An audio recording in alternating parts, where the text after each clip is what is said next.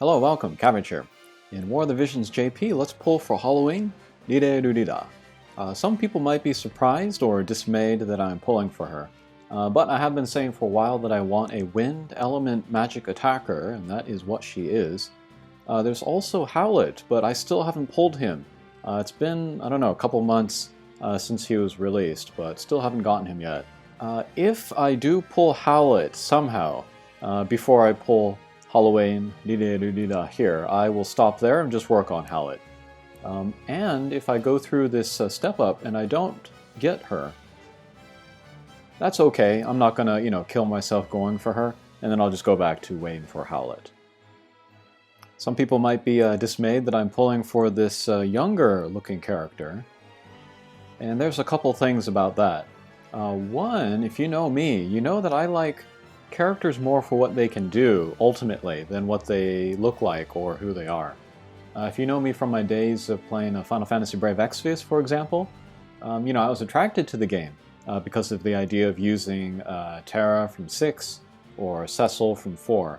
But in the end, I fell in love more with like the battle system and like putting like teams together and stuff. So I would end up using like Fire Veritas or Folan or something, which are very funky characters that are not popular at all, but I just liked what they did, so that's why I used them. And secondly, about Dide, her personality and her character are kind of different from the usual kind of like younger female characters that we see in anime or manga. But she's very smart and very funny, and she's more take charge. There's that group from Leonis with like Socia and that green mage whose name I forget. But Leela becomes kind of like the mouthpiece and like the leader of that group. And despite myself, I've come to like her. She's pretty funny. And she's not that young anyway. She's not a kid, for sure. Also, let's look at her limit break animation. But she has this like giant like crushing pumpkin jack-o'-lantern attack. And I know it's probably not, but I want to think that it's a reference to the original Ogre battle, Deneb and her pumpkin heads. If somebody at Square Enix designed that with that in mind, that would make me so happy, but I'm pretty sure it's not. I'll just pretend that it is. But we have this step up, and then 1 through 5, first one is half price. And then on the third and then fifth step, there's a pickup rate up. And I saw that originally, and I was like, oh no, it's going to be just like a non-pickup on steps 1, 2, and 4. But that's not true. Like Fenrir with Yesterday and Global. It still has the rate up just regularly on all the steps, and so you get to step 2 or 4, and then it becomes like 1.2, 2.4%, so that's pretty good. Still no guarantee, but yeah, let's go ahead and pull. I am hoping for Halloween, Dida, or in the way off chance Howlet. I'll stop, whichever one I get.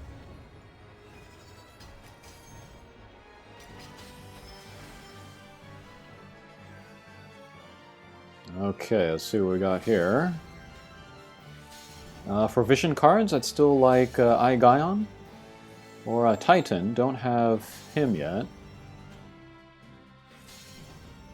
And lots of yellows for lots of Azure Orbs.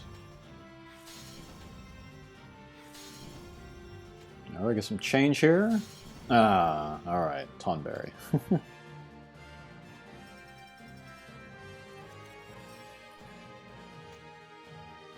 Okay.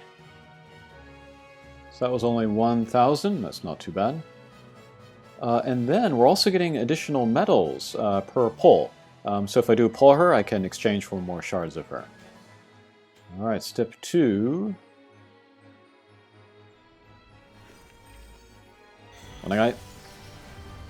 Okay, unit, that's good. Yellow.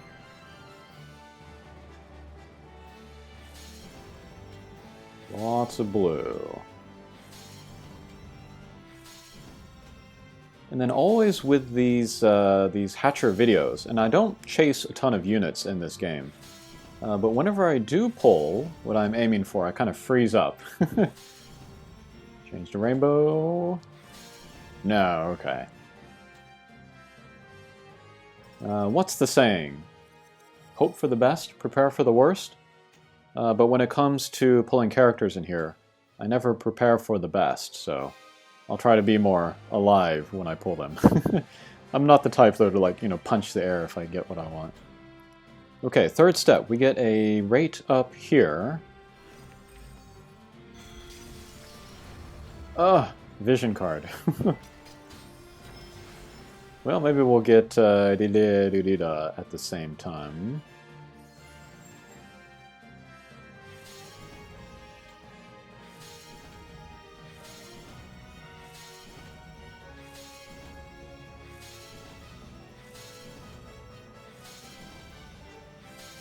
Okay, Titan or Aigion? Okay. Well, that's a new card. Let's have a look at that.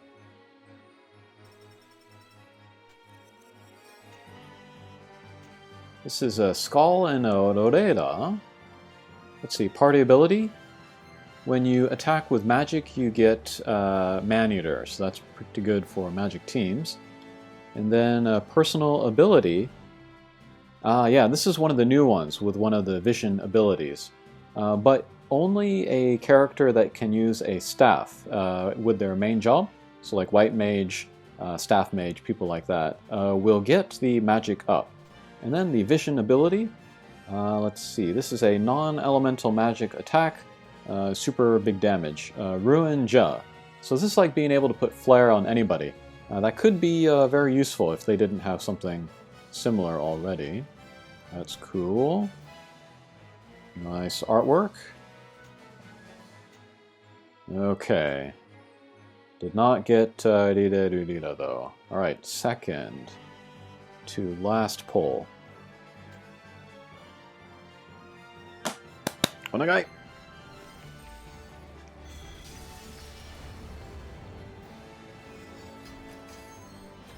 Nope, okay.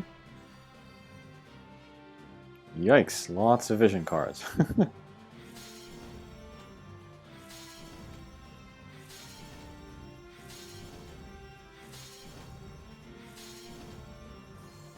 Oh, okay. Oh. Alright, get a change. Oh no! Ah, shoes out. Okay, I did want him. Not there, though. Shoes-Out's the only MR character that has Drain Force, so I would like to max him. Okay, this is the last chance. I'm not going to pull any beyond this. I keep telling myself that.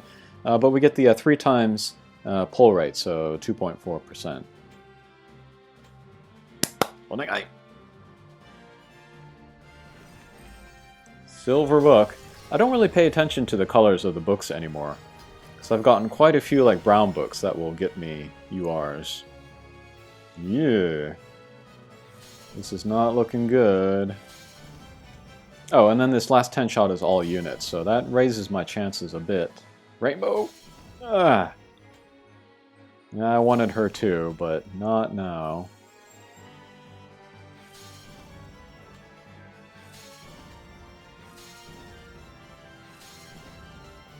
Okay. Change the rainbow.